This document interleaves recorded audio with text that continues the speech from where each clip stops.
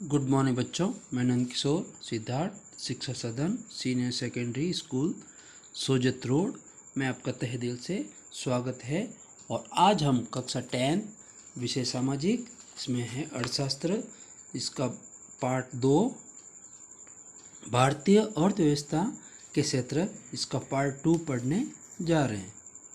तो प्यारे बच्चों, अब तक हमने देखा कि आर्थिक कार्यों के क्षेत्र का अर्थ होता है कि जब हम प्राकृतिक संसाधनों का उपयोग करके किसी वस्तु का उत्पादन करते हैं। क्या कहा मैंने? उपयोग करके किसी वस्तु का उत्पादन करते हैं तो उसे प्राथमिक क्षेत्र की गतिविधियां कहा जाता है। जैसे कपास बोया हमने, ठीक है, कपास की खेती की, ठीक है, डेयरी उत्पादन किया, दूध का व्यवसाय, है ना। प्राथमिक क्षेत्र को कृषि व सहायक क्षेत्र भी कहा जाता है, जिसमें कृषि, डेयरी, मत्स्य मछली पालन, वनों से प्राप्त तथा वन से प्राप्त करने वाले साधन।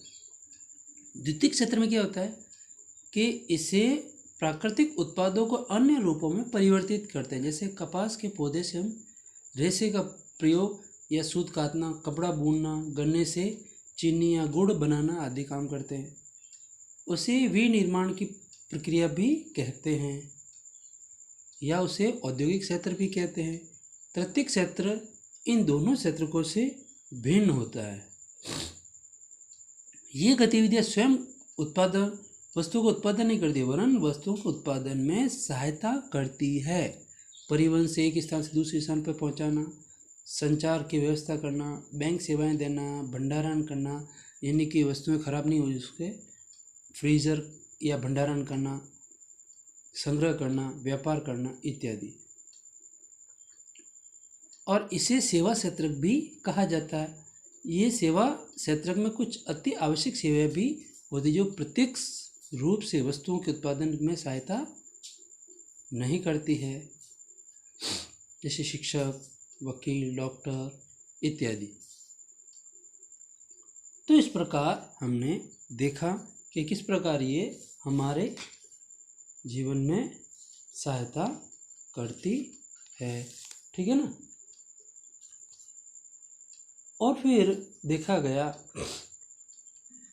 कि राष्ट्रीय ग्रामीण रोजगार गारंटी 2005 का नाम 2009-10 में बदलकर महात्मा गांधी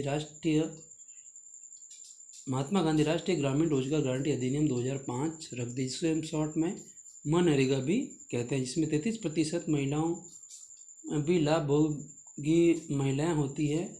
और इसमें कम से कम ग्रामीण क्षेत्रों में प्रत्येक सदस्य को वर्ष में कम से कम 100 दिन का रोजगार भी देने की गारंटी। अगर उससे रोजगार न दिया जाए तो निर्धारित दर से बेरोजगारी भत्ता भी दिया जाता है। और ये रोजगार वैधानिक कानून भी बन गया है। कुछ संगठित क्षेत्र भी होते हैं जो सरकारी क्षेत्र होते हैं, इनकी अवधि नियमित होती है और ये सरकार के नियंत्रण में होता है। इनके नियमों का पालन भी किया जाता है, ठीक है ना। जैसे संगठित क्षेत्र कर्मचारी को रोजगार सुरक्षा के लाभ मिलते हैं, वेतन के अतिरिक्त लोग अन्य लाभ भी प्राप्त करते हैं, छुट्टी का भुगतान भी प्राप्त करते हैं, भविष्य निधि, चिकित्सकीय भत्ते, पेंशन, यहाँ स्वच्छ पीने का पानी, सुरक्षित वातावरण जैसी सुविधाएं भी प्राप्त होती हैं। लेकिन जो असंगठित क्षेत्र होते हैं वो इसके विपरीत होता है। उस पर सरकार का नियंत्रण नहीं होता है। विनियम तो होते हैं लेकिन उसका पालन कोई नहीं करता है। उसमें बेरोजगारी या रोजगार के साधन कम ही होते हैं तो वो बिखरे हुए भी होते हैं, कभी मिलते हैं और कभी नहीं भी मिलते हैं। जैसे सड़कों पर छोटे छोटे कार्य करते हैं, मरम्मत करते हैं, मजदूरी करते हैं, कृषि क्षेत्र में भी मजदूरी करते हैं, है ना। तो इस प्रकार ये असंगठित क्षेत्र होते हैं। अब देखिए प्यारे बच्चों, आर्थिक क्षेत्रकों की तुलना प्राथमिक, द्वितीयक, तृतीयक क्षेत्र के विभिन्न उत्पादनों से बहुत अधिक मात्रा में वस्तुओं व सेवाओं का उत्पादन होता है तथा अनेक लोग इस कार्य में संलग्न भी है, शामिल भी है। यानी कि ये सहायक क्षेत्र है, ये औद्योगिक क्षेत्र है और ये सेवा क्षेत्रक है। प्राथमिक क्षेत्र में कच्चा माल होता है, कच्चे माल से यहाँ औद्योगिक किया जाता है, यहाँ पकाया जाता है, यहाँ बनाया जाता है और यहाँ बनाने के बाद ये सेवा क्षेत्र जो होता है वो आगे संचार के द्वारा, भंडारण के द्वारा, परिवहन के द्वारा आगे पहुँचाता है। और कुछ इसमें सेवा क्षेत्रक भी होते हैं, जैसे शिक्षक, वकील वगैरह, डॉक्टर वगैरह, वो अपनी सेवाएं भी देते हैं। इसमें ये इन दोनों से भिन्न होता है।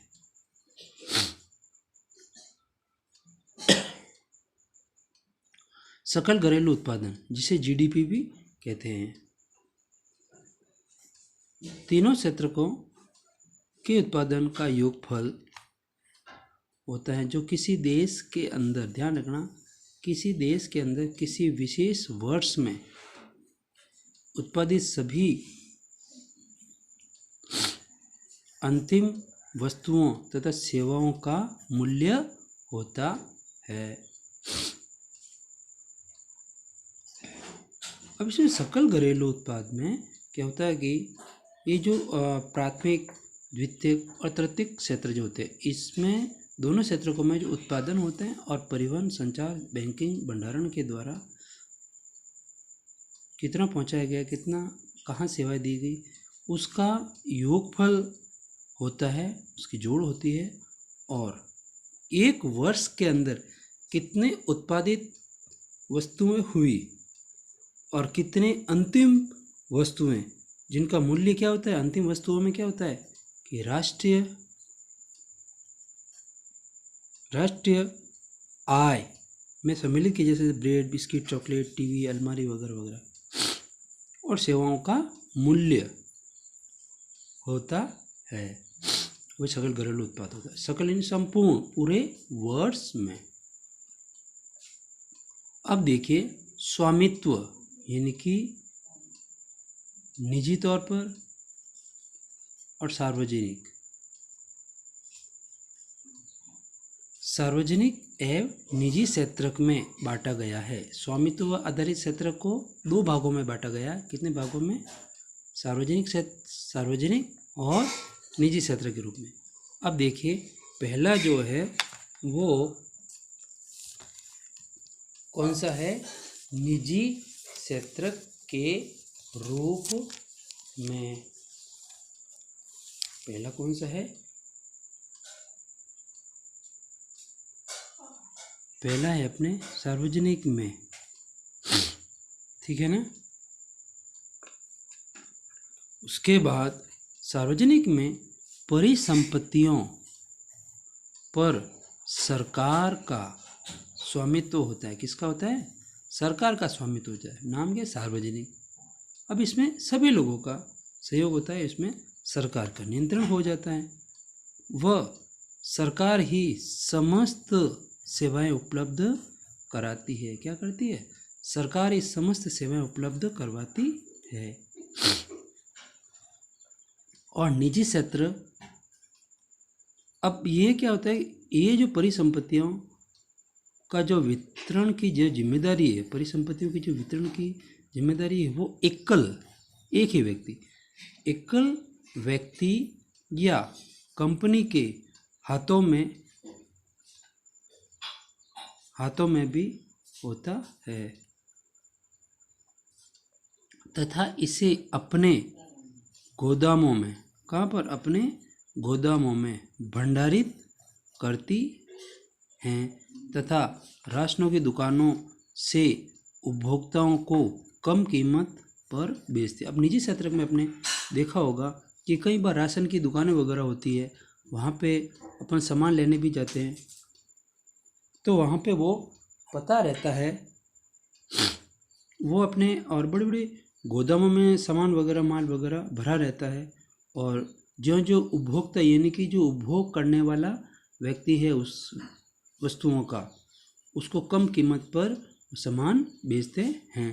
जैसे गेहूँ हो गए, चावल हो गए इत्यादि, ये सारी चीज़ें खरीदते हैं, अपने भंडारों में भंडारित करते हैं और राशन की दुकानों से उपभोक्ताओं को कम कीमत पर सामान बेचते हैं। ठीक है ना। अब देखिए, सरकार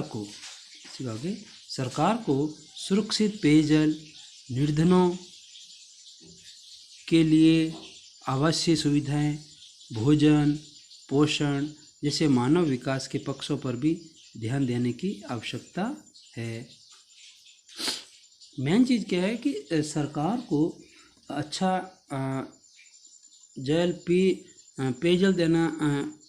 पेयजल पिलाना चाहिए, जिससे कि क्योंकि पानी से कई बीमारियां हो जाती है, और सरकार हर तरफ ध्यान देती है।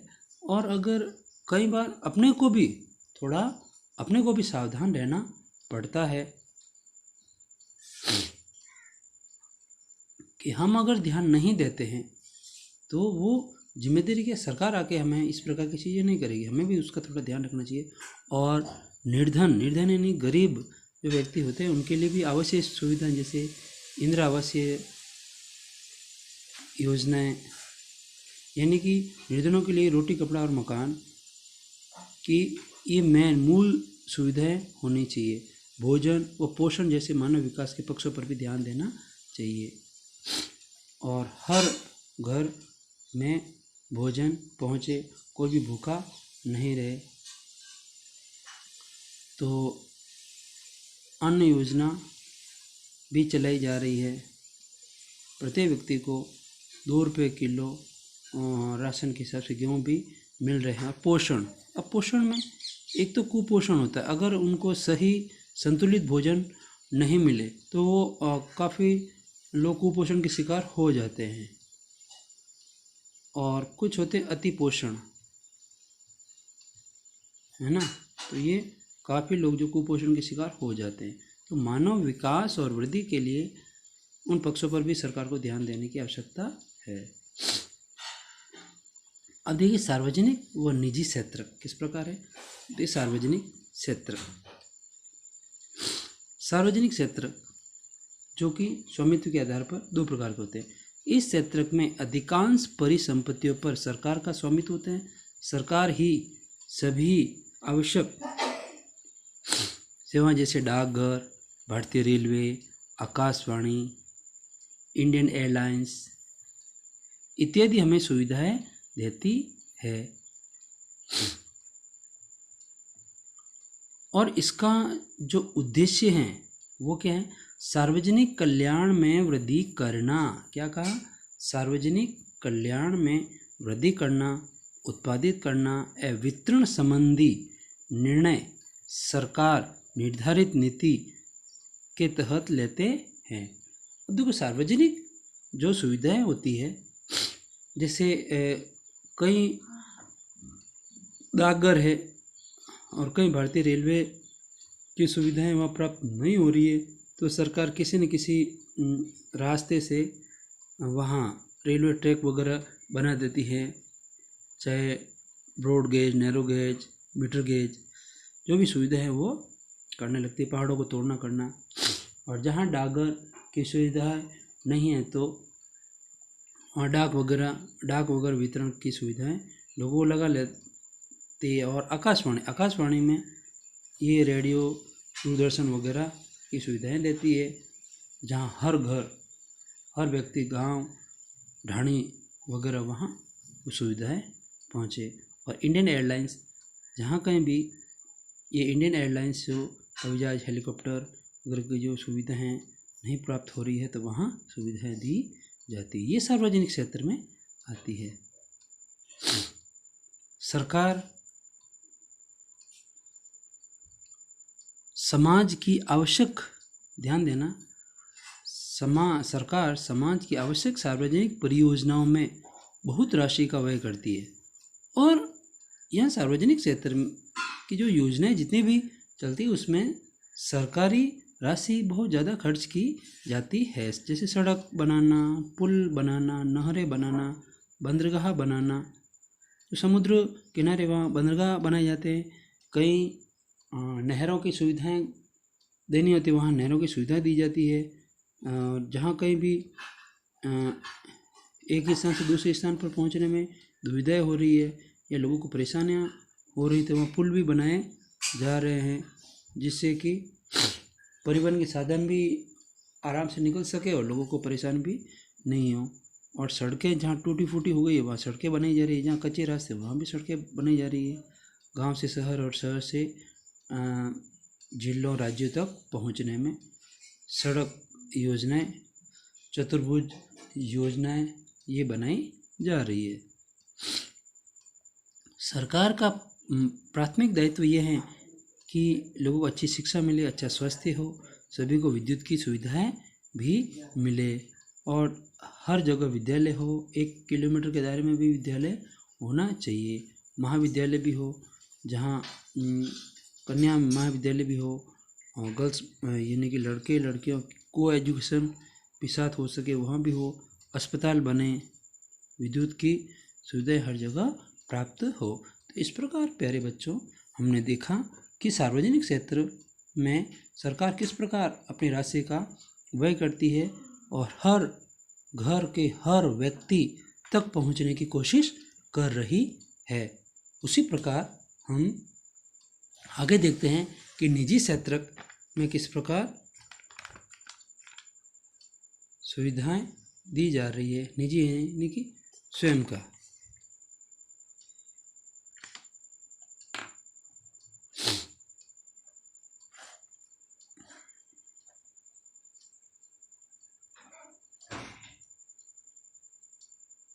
निजी क्षेत्र में देखिए, परिसंपत्तियों पर स्वामित्व एवं सेवाओं के वितरण की जिम्मेदारी एकल व्यक्ति या कंपनी के हाथों में होती है। Tata iron and steel company, जैसे टाटा आयरन एंड स्टील जो कंपनी है वो एकल ही है और यहाँ पर भी हजारों लाखों व्यक्ति काम करते हैं और हर राज्य के हर जिले में यह कंपनी अपने केंद्र खोल रखे हैं। रिलायंस इंडस्ट्रीज लिमिटेड, यहाँ पर भी ये रिलायंस इंडस्ट्रीज ने भी हर जगह सुविधाएं दे रखी है और इसका उद्देश्य क्या होता है? ज़्यादातर लाभ कमाना। मैं सिंपल सी बात देता हूँ, रिलायंस वाले ने जियो फ़ोन निकाले तो यहाँ अब जैसे पहले ये नेटवर्क की प्रॉब्लम रहती है, तो आज हर घर हर जगह ये नेटवर्क पहुँच रहा है और लोगों को सुविधाएं मिल रही है, नेट मिल रहा है और फटाफट कार्य भी हो रहा है। आजकल की दौड़ भाग के जीवन में हमें ये चाहिए कि ज़्यादा से ज़्यादा किसी चीज़ को प्राप्त करना और उसका लाभ प्राप्त करना। उसी प्रकार सरकार भी यही चीज़, ये जो निजी क्षेत्र के जो कार्य हैं वो भी ये अपना उद्देश्य ये कि मानते हैं कि कोई भी कार्य करे तो उससे लाभ ज़्यादा से ज़्यादा प्राप्त हो। बहुत अधिक राशि व्यय करने वाले परियोजनाओं में निवेश नहीं करती है। जहाँ बहुत ज़्यादा राशि खर्च होती है उस परियोजना में वो निवेश नहीं करती, वहाँ पैसे वो नहीं डालती है। कम पैसे से ही वो कार्य शुरू कर देती है और लोगों को रोजगार भी दे देती है। ऐसा किसी प्रकार का कोई दायित्व नहीं होता है, ऐसी सेवाएं प्रदान करता है, इसके लिए राशि वसूलता है। इसका कोई दायित्व नहीं होता है और ऐसी सेवाएं भी प्रदान करता है, इसके लिए राशि वसूलता है। जैसे पब्लिक स्कूल जो है सरकारी स्कूल की तुलना में बहुत अधिक फीस लेता है, लेकिन सुविधाएं भी दे देता है, जिससे लोग आकर्षित होते हैं और फटाफट अपने बच्चों को भी इस तरफ डाल देते हैं। तो इस प्रकार ये निजी क्षेत्र, कोई भी निजी क्षेत्र कोई भी हो, वो अपने लाभ के लिए ही कार्य करते हैं।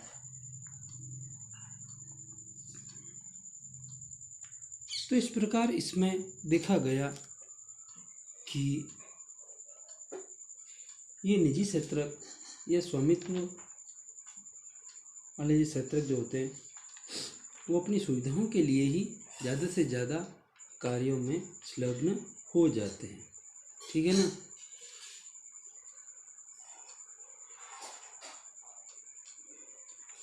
तो इसमें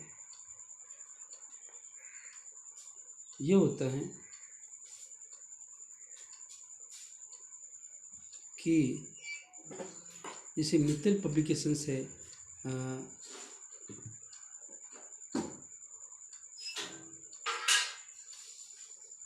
ये एकल व्यक्ति ही कार्य करता है इसमें, और गतिविधियों का उद्देश्य लाभ अर्जित करना होता है। उत्पादन एवं वितरण संबंधी निर्णय निजी स्वामित्व प्रबंधकों द्वारा लिए जाते हैं।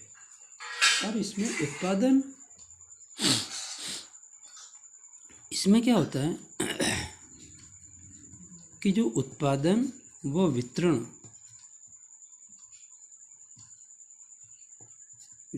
जो होता है वह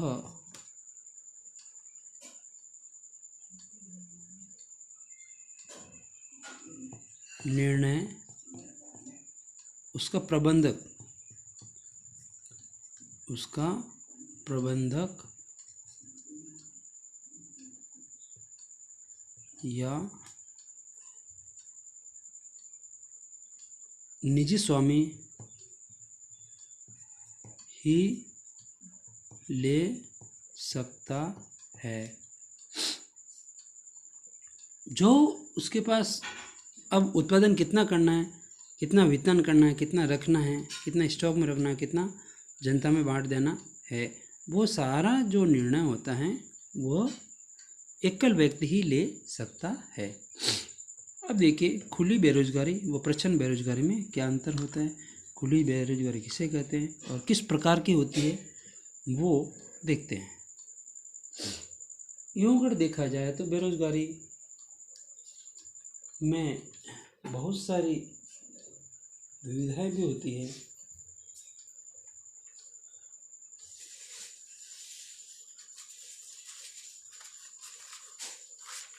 तो इसमें अगर देखा जाए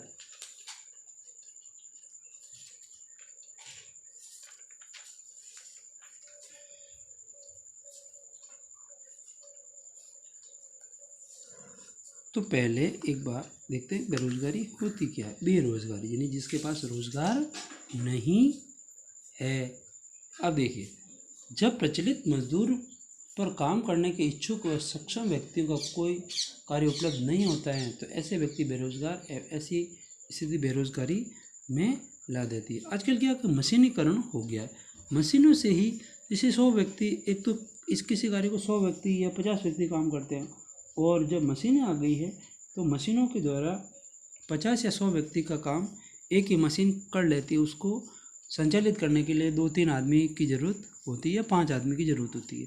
तो अब बताओ 100 आदमी जहाँ 100 आदमी काम कर रहे थे वहाँ 5 आदमी काम कर रहे, तो 95 जो है ना वो कहीं और चले गए, जहाँ उनको काफ़ी लोगों को इसमें से 20-30 को काम मिल भी गया तो भी उसमें 60-65 आदमी या 70 आदमी तो ऐसे ही बैठे रह गए, है ना। और इसी प्रकार जो सक्षम और कुशल व्यक्ति होते हैं उनको कोई कार्य उपलब्ध नहीं होता है तो व्यक्ति क्या होता है, बेरोजगार हो जाता है। और इसलिए ऐसी स्थिति को बेरोजगारी, बेने की जो रोजगार नहीं है, बेने बिना किसी के, प्रच्छन्न।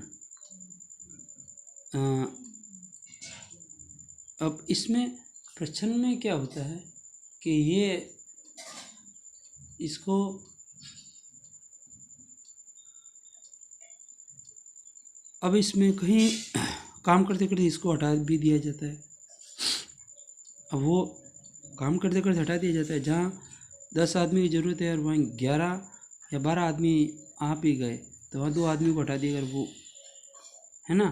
खुली बेरोजगारी, अब देखिए खुली बेरोजगारी पहला है इसमें। इसके अंतर्गत एक श्रमिक काम करने के लिए तैयार होता है परंतु उसे काम नहीं मिलता है, यह स्थायी प्रकृति की होती है। इस प्रकार की बेरोजगारी प्राय देश के औद्योगिक क्षेत्रों में पाई जाती है। जैसे मान लो गांव से शहर की तरफ कोई व्यक्ति गांव से शहर की तरफ गया, एक को तो काम मिला, उसने दूसरे तीसरे को चौथे को भी बुलाया और वहाँ 10-15 आदमी हो गए और वहाँ उनको जब एक दो को काम मिल गया और बाकी को नहीं मिला, तो ये ज़्यादातर इंडस्ट्रीज जो एरिया औद्योगिक क्षेत्र होते हैं वहाँ ये ज़्यादातर होते हैं और कई बार तो निकाल भी दिया जाता है। ये बेरोजगारी ग्रामीण क्षेत्रों में भूमिहीन, जिसके पास भूमि नहीं है, खेतीहर मजदूर जो खेतों में मजदूरी करते हैं, वहाँ ये खुली बेरोजगारी पाई जाती है। अब देखिए प्रच्छन्न बेरोजगारी, इसमें श्रमिक काम करता है परंतु यदि उसे काम करते हुए क्या किया जाता है, काम से हटा दिया जाता है तो उत्पादन पर कोई प्रभाव नहीं पड़ता, अर्थात कोई कमी नहीं। मैंने कहा ना, अगर वहाँ 10 से 12 आदमी काम कर रहे हैं तो काम में से यहाँ मान लो 3 से 4 आदमी को हटा दिया गया, ठीक है, तो यहाँ 7 आदमी तो काम कर ही रहे हैं, तो काम पर कोई प्रभाव नहीं पड़ा, अर्थात कोई कमी नहीं, काम वैसे ही चला, थोड़ा सा और तेज कर रहे हैं। यह अस्थायी प्रकृति की होती हैं, इसमें अस्थायी होता है, कभी काम मिल गया कभी काम नहीं मिला। ये कृषि क्षेत्र में ज़्यादा पाई जाती है। ये शहरी क्षेत्रों में छोटी छोटी दुकानों छोटे व्यवसाय में लगे परिवारों में भी पाई जाती है। कई बार छोटी छोटी दुकानें जो होती है ऑन रोड पे फुटपाथों पर भी लगे होते हैं और कई छोटे छोटे ठेलों पर भी जो कार्य करते हैं वहाँ पर भी काम होता है, कभी उनको काम मिलता है कभी काम नहीं मिलता है, कभी काम करते करते भी उनको हटा दिया जाता है। ये ज़्यादातर शहरी क्षेत्रों में छोटी दुकानों छोटे व्यवसाय में ज़्यादा होते हैं, ध्यान रखना प्यारे बच्चों। अब देखिए अंतिम वस्तु और मध्यवर्ती वस्तु क्या है। अंतिम वस्तु वे वस्तुएं होती हैं जो उपभोक्ताओं के पास, ध्यान देना, उपभोक्ताओं के पास पहुंचती है, इनका मूल्य, ये इंपॉर्टेंट बात है, इनका मूल्य राष्ट्रीय आय में सम्मिलित किया जाता है, जैसे ब्रेड, बिस्किट, चॉकलेट, टीवी, अलमारी इत्यादि। ये जो वस्तुएं होती है वो उपभोक्ताओं के पास पहुंचती है, ध्यान रखना, ये मेन चीज़, ये उपभोक्ताओं के पास पहुँचे, उनका मूल्य जो है वो राष्ट्रीय आय में सम्मिलित किया जाता है, वो अंतिम वस्तुएं होती हैं। ब्रेड, बिस्किट, चॉकलेट, टीवी, अलमारी इत्यादि जितनी भी जो बनती। अब मध्यवर्ती वस्तुएं वे वस्तुएं होती हैं जिनका उपयोग अंतिम वस्तुओं के उत्पादन में किया जाता है। मध्यवर्ती वस्तुएं जो अंतिम वस्तुएं जो राष्ट्रीय आय में सम्मिलित होगी उसका उपयोग उस उत्पादन किया जाता है, जैसे वस्तुएं बनती है ना उसका उपयोग वहाँ किया जाता है। जैसे वस्तुओं का मूल्य राष्ट्रीय आय में सम्मिलित नहीं होते, मध्यवर्ती वस्तुओं का तो राष्ट्रीय आय में सम्मिलित नहीं होता मूल्य, लेकिन अंतिम वस्तु का मूल्य होता है। जैसे आटा, कपास, गेहूँ, स्टील। अब ये क्या होता है, आटा पीसा जाता है। अब आटा पीसना मध्यवर्ती वस्तु है और इस आटे से जो चीज़ें बनेगी वो अंतिम वस्तु, और बनने के बाद जो उपभोक्ताओं के पास पहुँचती, जो खरीदने वाला उसके पास पहुँचती और उसको उपयोग करता है और जो पैसे देता है वो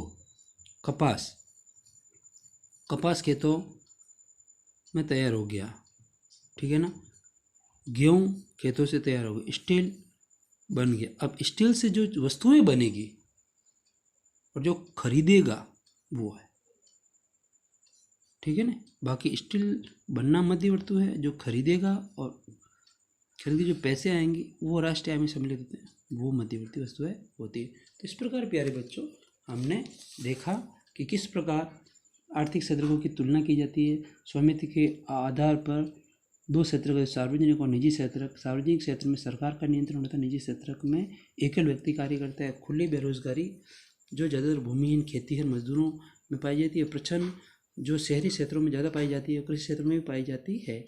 ये प्रच्छन्न अस्थायी होती है, कभी मिलती है कभी नहीं मिलती है, जबकि खुली बेरोजगारी प्राय स्थायी होती हैं। और अंतिम वस्तु है जो उपभोक्ता वस्तु खरीदता है और राष्ट्रीय आय में उसका सम्मिलित होना है। और मध्य वस्तु में इसका अंतिम वस्तु के उत्पादन में कार्य किया जाता है और राष्ट्रीय आय में सम्मिलित नहीं होती। तो इस प्रकार प्यारे बच्चों ध्यान रखना, अच्छी तरह से वीडियो सुनना है। प्रश्न आए तब उसको उत्तर ढंग से देना है। थैंक